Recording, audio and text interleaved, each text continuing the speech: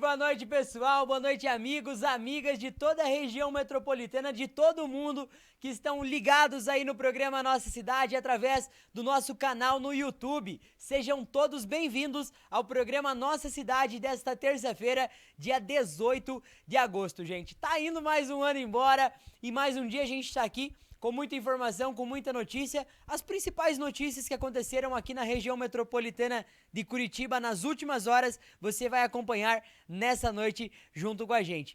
Mas sintam-se todos à vontade aqui no programa Nossa Cidade, esse programa aqui é de vocês, o espaço é de vocês. Se tem alguma denúncia, se tem algo que vocês acham que o programa Nossa Cidade pode ajudar vocês, aqui a gente é a voz do povo. O programa é feito para vocês e vocês ajudam a fazer ele também, trazendo denúncias, trazendo pautas aqui pra gente, dicas de reportagem, é vocês que fazem esse programa aqui e ele é feito para vocês.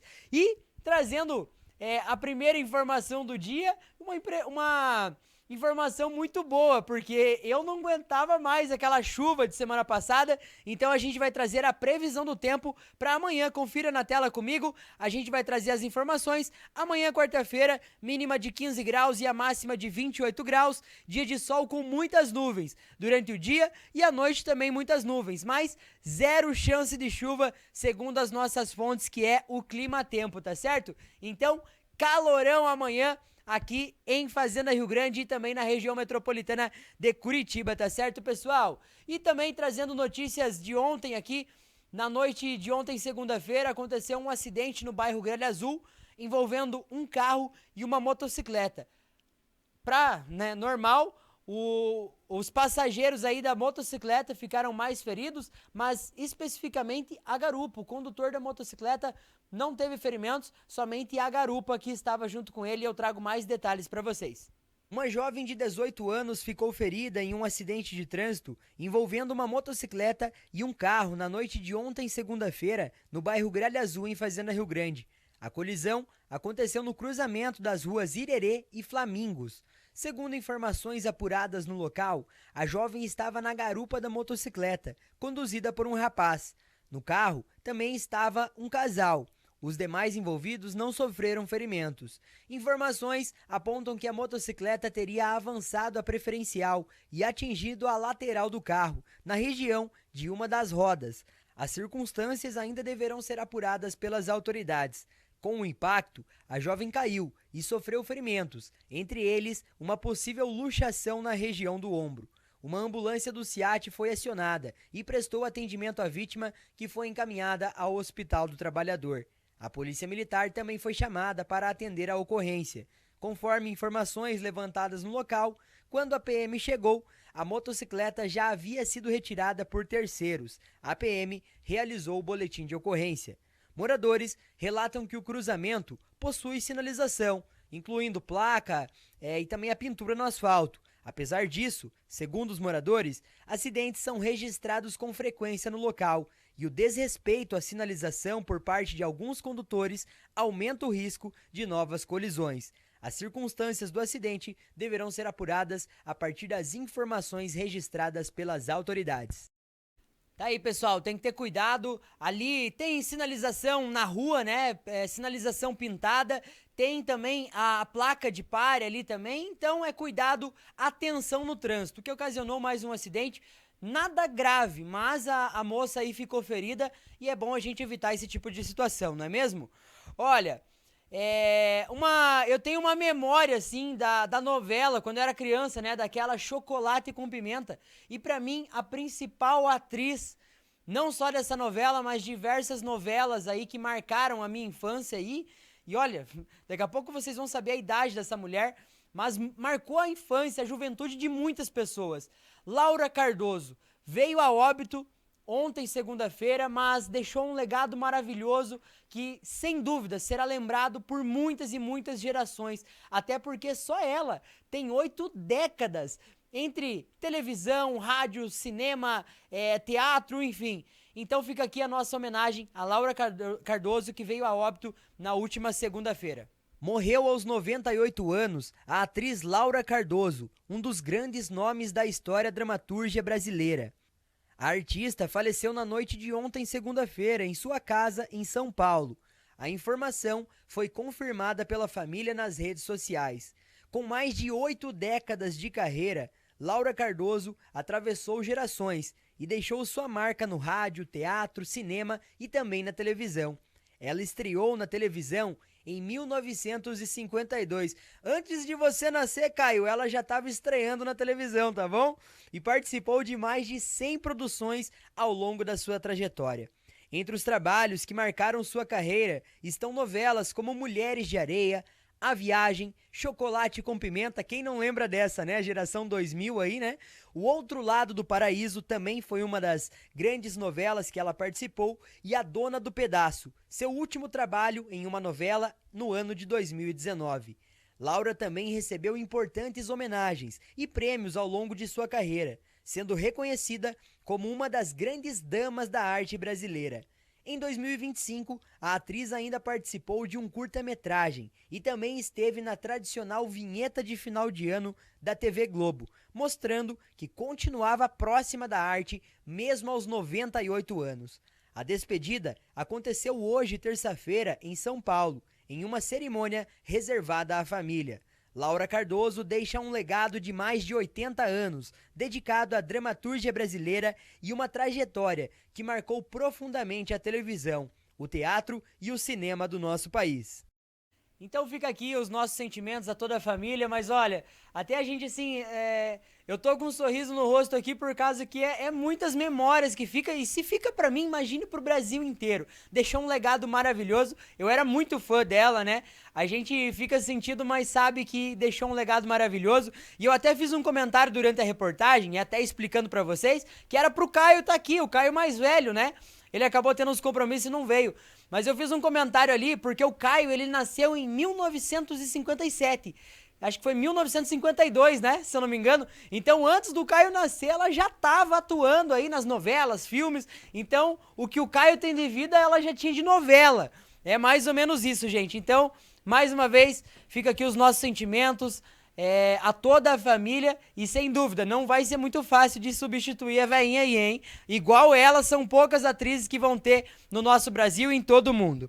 Gente, estamos trazendo as notícias que aconteceram na noite de ontem, segunda-feira, e assaltantes foram mortos em um confronto com a Polícia Militar aqui em Curitiba. Confira mais informações. 2 homens suspeitos de participar de uma sequência de assaltos em Curitiba morreram durante um confronto com a Polícia Militar no bairro Parolim, em Curitiba.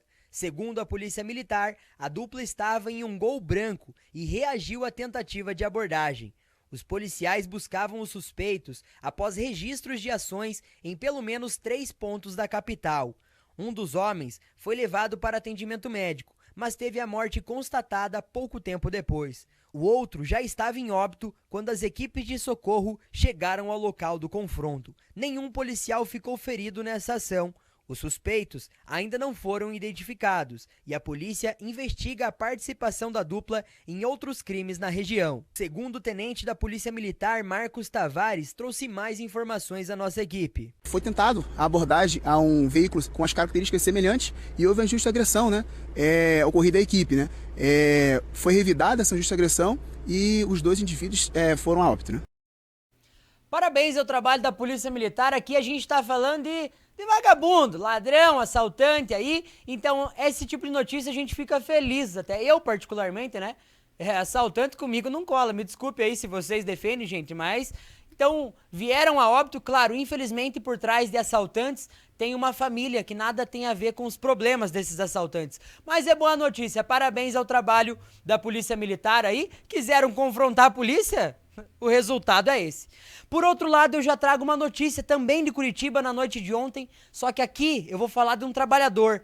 Um homem que em meio à noite estava trabalhando com certeza para levar o pão lá para dentro de casa, sustentar a sua família, e em meio ao trabalho acabou sendo prensado por um maquinário, gente. É isso mesmo, trago mais detalhes para vocês no programa Nossa Cidade. Um trabalhador de 28 anos morreu durante o turno da noite em uma empresa de artes gráficas na cidade industrial de Curitiba, aqui no SIC.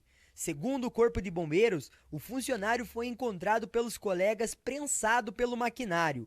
As equipes de resgate foram acionadas, mas a vítima já estava morta quando os socorristas chegaram ao local.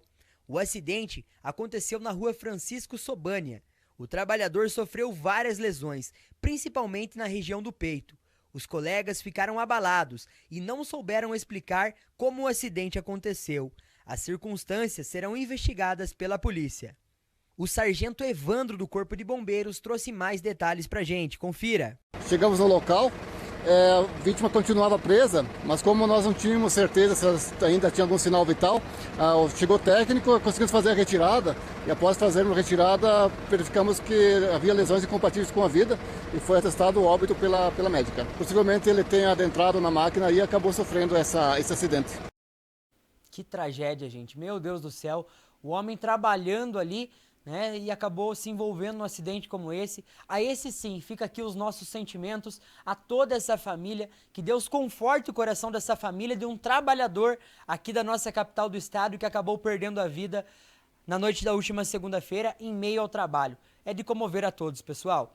Nós vamos para um rápido intervalo. Na volta tem mais notícia e mais informação aqui no programa Nossa Cidade. Fique ligado.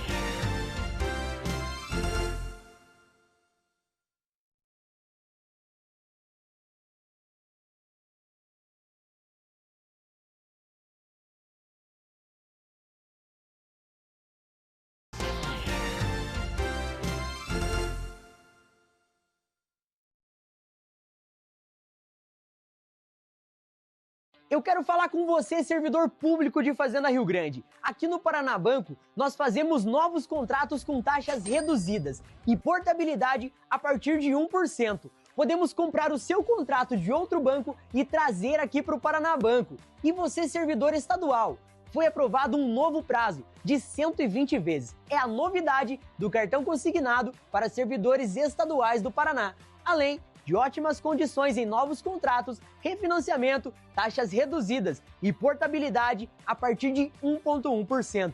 Venha até o Paraná Banco, faça já uma simulação. Rua Castanheira, número 552, em Fazenda Rio Grande.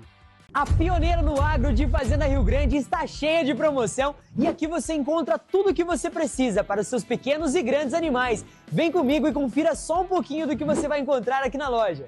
Ração Wildcat de 10 quilos por apenas R$ 84,90. Special Dog Ultra Life de 15 quilos por apenas R$ 159,90. E uma variedade incrível de camas e cobertores a partir de R$ 29,90 para você aquecer os seus pets nesse inverno. Visite uma das lojas da AgroGuzi e aproveite essas e outras ofertas. Vamos combinar, não tem coisa melhor que chegar em casa e não passar raiva. Não passar raiva com internet, não passar raiva com TV. Aqui a internet é top e além de tudo eu tenho acesso a 165 canais de TV aberta no Capital Play, tudo incluso no meu plano de internet. Então faz o seguinte, entre em contato agora no telefone, assine agora a Capital Fibra, melhor internet de Fazenda Rio Grande.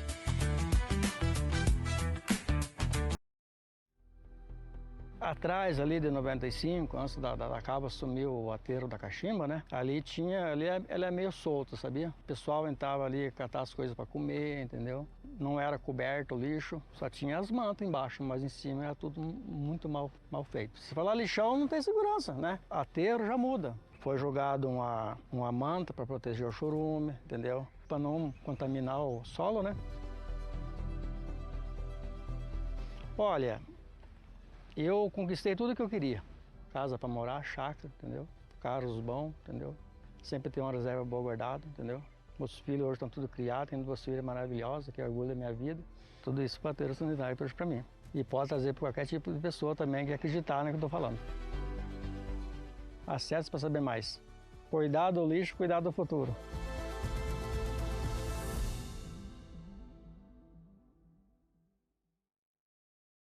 Festival de Inverno Fazendão Material de Construção. Não tem como passar frio nesse inverno, pessoal. Olha só, a torneira elétrica 127 volts por apenas R$ 179,90. São diversos modelos para você conferir em nossas lojas. Também chuveiros 127 volts e também 220 volts a partir de R$ 139,90. Corra para uma das lojas Fazendão e aproveite essas e outras ofertas.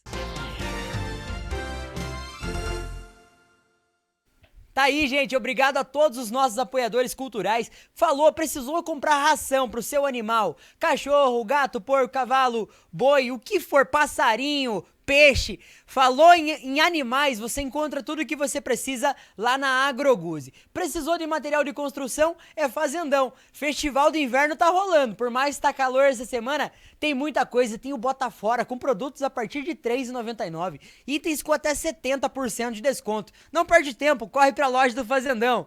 Gente, quero falar também de uma festa que vai ter no mês de setembro aqui na escola Antônio Baldan. Vai ser no dia 12 de setembro, é a festa Flashback. Reviva os melhores momentos. Cachorro quente, pastel, espetinho, refrigerante, bolo e tem mais. Bingo, vai ter o bingo lá e a escola tá precisando arrecadar as prendas, né? As tão famosas prendas. O que são as prendas? É um brinde. Se você tem interesse, vai lá fazer a doação do seu brinde, entre em contato com a escola Antônio Baldan.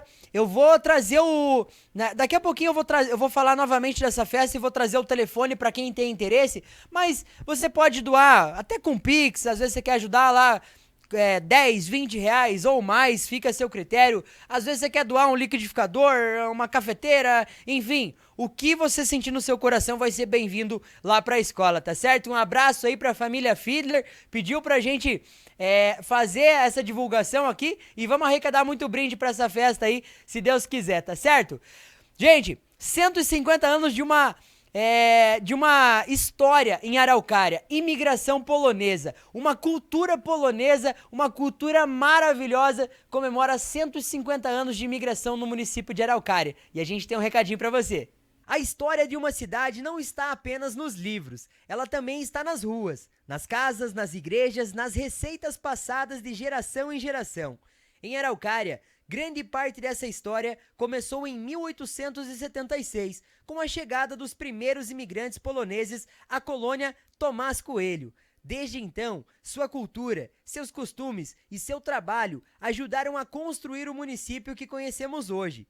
Em 2026, Araucária celebra os 150 anos da imigração polonesa, uma homenagem à memória de quem fez parte dessa trajetória e uma oportunidade para conhecer melhor as raízes da nossa cidade. Acompanhe a programação oficial. Prefeitura Municipal de Araucária, 150 anos da imigração polonesa na nossa cidade. Maravilha, 150 anos da imigração polonesa, teve uma grande festa lá esses dias, preparada pela equipe da Prefeitura de Araucária, foi tudo muito bacana mesmo. Gente, olha só, coloca a festa no ar pra mim. Você que quer fazer a doação da sua prenda, do seu brinde, quer ajudar com o Pix, entre em contato com o telefone 41 987 17 4282. Vou repetir, hein? Se você quer fazer uma doação de prendas lá, de brindes, quer ajudar com dinheiro, ajude a festinha lá da Escola Antônio Baldan. E olha só, vou repetir, entre em contato com o telefone 41 987 17 4282. Contamos com a sua ajuda e a gente vai lá no dia lá fazer essa matéria e mostrar pra vocês como é que foi, tá certo?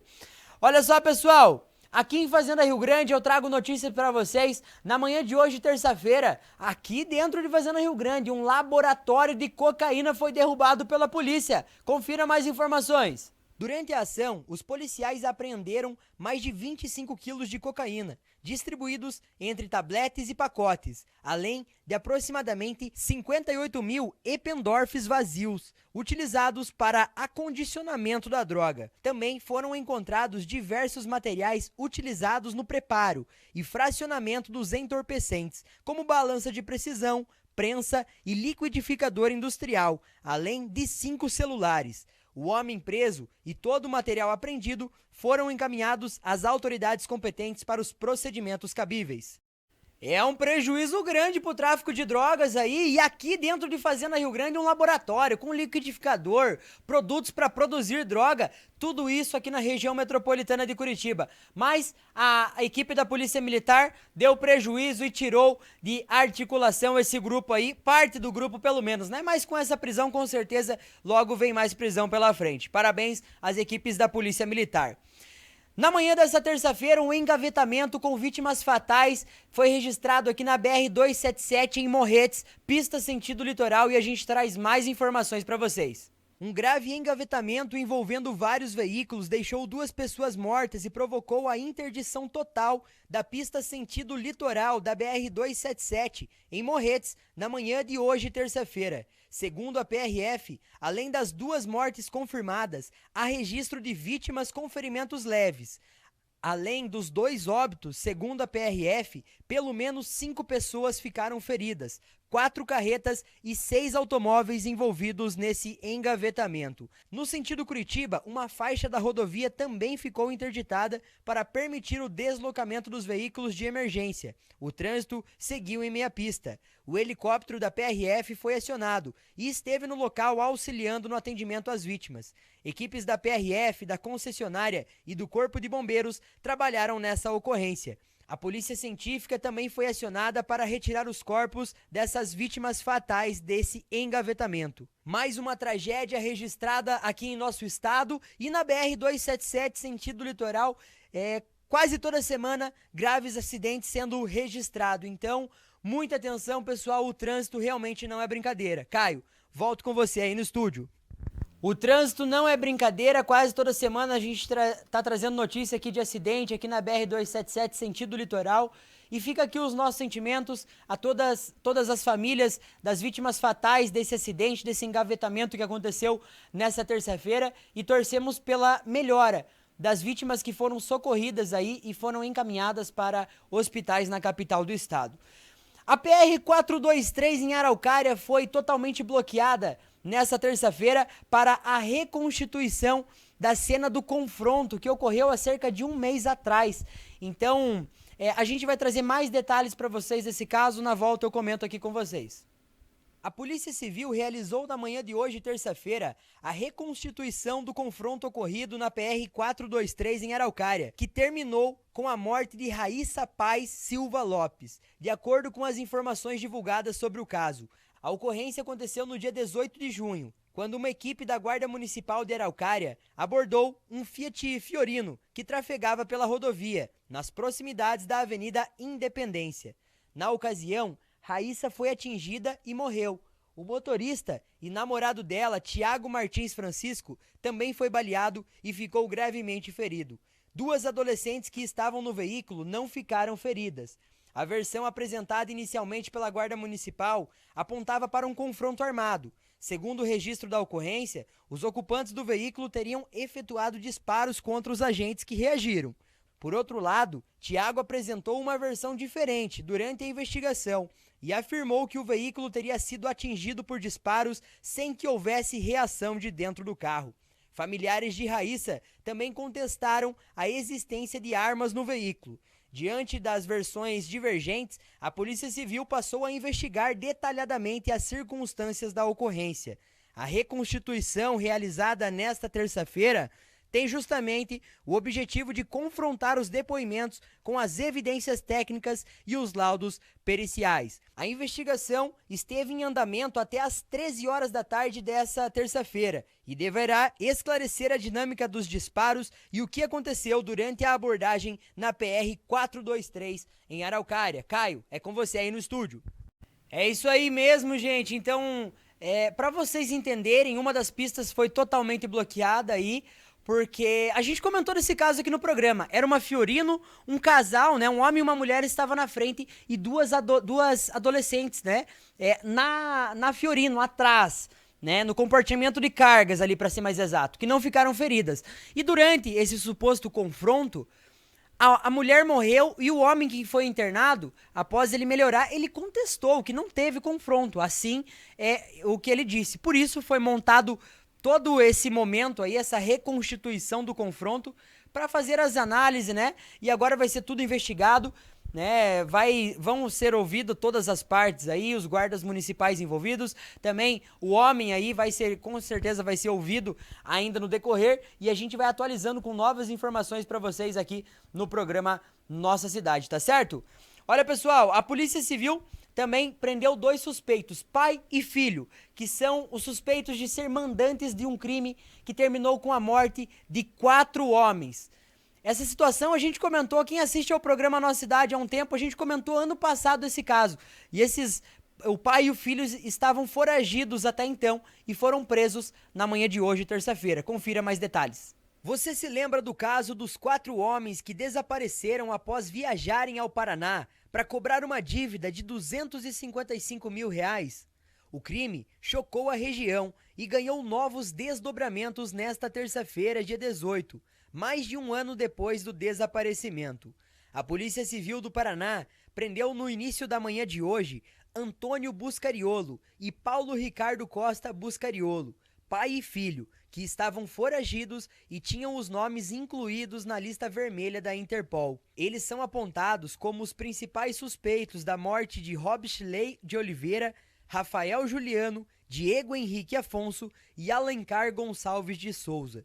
O caso começou em agosto de 2025. A gente comentou muito sobre esse caso aqui no programa Nossa Cidade. Acompanhamos as primeiras semanas dessa investigação. E um ano depois, estamos aqui trazendo mais informação. 3 dos homens saíram de São José do Rio Preto, em São Paulo, com destino a Icaraíma, no Paraná. O objetivo era cobrar à família Buscariolo uma dívida de aproximadamente R$255 mil, relacionada a negociações de uma propriedade rural. Os 4 foram vistos com vida pela última vez no dia 5 de agosto, em uma padaria. Segundo as investigações, eles teriam retornado à propriedade rural dos suspeitos e sido mortos em uma emboscada. Mais de um mês depois, os corpos foram localizados enterrados em um bunker. Um bunker seria uma estrutura subterrânea, debaixo da terra. Inclusive, o ano passado a gente até mostrou as imagens retroescavadeiras, as máquinas desenterrando, né, o local ali aonde foi encontrado os corpos dessas vítimas. Desde então, Antônio e Paulo eram procurados pela polícia. Nesta terça-feira, os 2 foram encontrados em um sítio, na zona rural de Rio das Pedras, no interior de São Paulo. Durante a operação, a polícia também prendeu outro filho de Antônio, em Santa Bárbara do Oeste. Um 4º suspeito foi identificado, mas já estava preso por outro crime. As investigações apontam que a dívida estava dividida em 10 notas promissórias de R$25 mil e que os homens que fizeram a cobrança receberiam parte do valor caso conseguissem recuperar o dinheiro de volta. Agora, com as prisões, a Polícia Civil busca esclarecer todos os detalhes da emboscada e a participação de cada um dos envolvidos na morte dos 4 homens. Tá aí, gente. Então, um ano aí que eles estavam foragidos, os 2 suspeitos de serem os mandantes, pai e filho, né? E esse mundo é complicado. O pessoal veio lá de São Paulo para cobrar uma dívida. Quando você vai cobrar uma dívida, se você precisa cobrar, quem precisa pagar é óbvio que não vai ficar feliz, né? Porque você está enrolando para pagar ali, né? Então, algum motivo tem. E o pessoal veio lá de São Paulo, foram até a propriedade, tentaram cobrar a dívida e foram vítimas de uma emboscada e todos acabaram mortos, gente. E agora as investigações vão seguir aí para identificar qual que foi o papel do pai, qual que foi o papel do filho e se teve demais pessoas envolvidas nessa situação. A gente vai seguir acompanhando esse caso e a gente sempre vai atualizando vocês aqui no programa Nossa Cidade. Pessoal, eu quero falar de um caso delicado, uma matéria que a gente não gosta de trazer aqui porque simplesmente, na minha opinião, uma professora que nem essa, eu acho que ela não tem um filho em casa. Só pode, assim, é o meu pensamento. Porque a gente não faz pro filho dos outros o que não quer que faça pro filho da gente. E uma professora de um CEMEI aqui no bairro Gralha Azul, em Fazenda Rio Grande, foi afastada de suas atividades porque câmeras de segurança registraram alguns momentos aí de uma suposta violência, a qual ela pega uma criança pelo braço e puxa violentamente essa criança. E quem relatou à direção da escola foi as estagiárias. Parabéns, meninas, as estagiárias estão no caminho certo. As crianças têm que ser bem cuidadas. As crianças estão numa escola pública, mas que é paga com o dinheiro do povo. E mesmo que não fosse, mesmo se fosse numa escola particular, a gente não faz pro filho dos outros o que a gente não quer que faça pro nosso filho. Trago mais detalhes para vocês, confira a reportagem comigo. Uma professora foi afastada de suas atividades pedagógicas após câmeras de segurança desse CEMEI aqui no bairro Gralha Azul, em Fazenda Rio Grande, registrarem situações de possível violência contra crianças. O caso veio à tona depois que estagiárias procuraram a direção da unidade. Nas imagens, uma profissional aparece puxando e arrastando uma criança durante uma atividade. Segundo as informações, outras profissionais estavam na sala no momento do episódio. Entre as crianças envolvidas está um menino de 2 anos e 10 meses, autista e não verbal. De acordo com a família, ele apresentava hematomas pelo corpo e mudanças de comportamento, além de resistência para frequentar o CEMEI. A Polícia Civil investiga o caso para esclarecer o que aconteceu e verificar se existem outras possíveis vítimas. A mãe de uma das crianças já foi ouvida e as imagens do sistema de monitoramento foram solicitadas. Por meio de nota, a prefeitura informou que abriu uma sindicância e afastou a servidora do contato com as crianças, transferindo-a temporariamente para funções administrativas. A Secretaria Municipal de Educação afirmou que não tolera qualquer forma de violência e que as responsabilidades serão apuradas. Seguimos acompanhando esse caso e novas informações vocês acompanham aqui no programa Nossa Cidade. E não tem que tolerar mesmo, gente. Eu espero aí que a Secretaria de Educação, o senhor Ednelson aí, que é o secretário de Educação, olha, faça uma vista grossa. Essa mulher, se tem as imagens, é que pra mim, eu não consigo nem falar suspeito. Tem um vídeo. Olha a forma que essa mulher puxa essa criança, gente. Pelo amor de Deus, eu tenho uma filha. Eu não sei. Gente, olha, eu vou até parar de falar, porque se é minha filha... Eu ia ficar em cima disso, até ela pagar.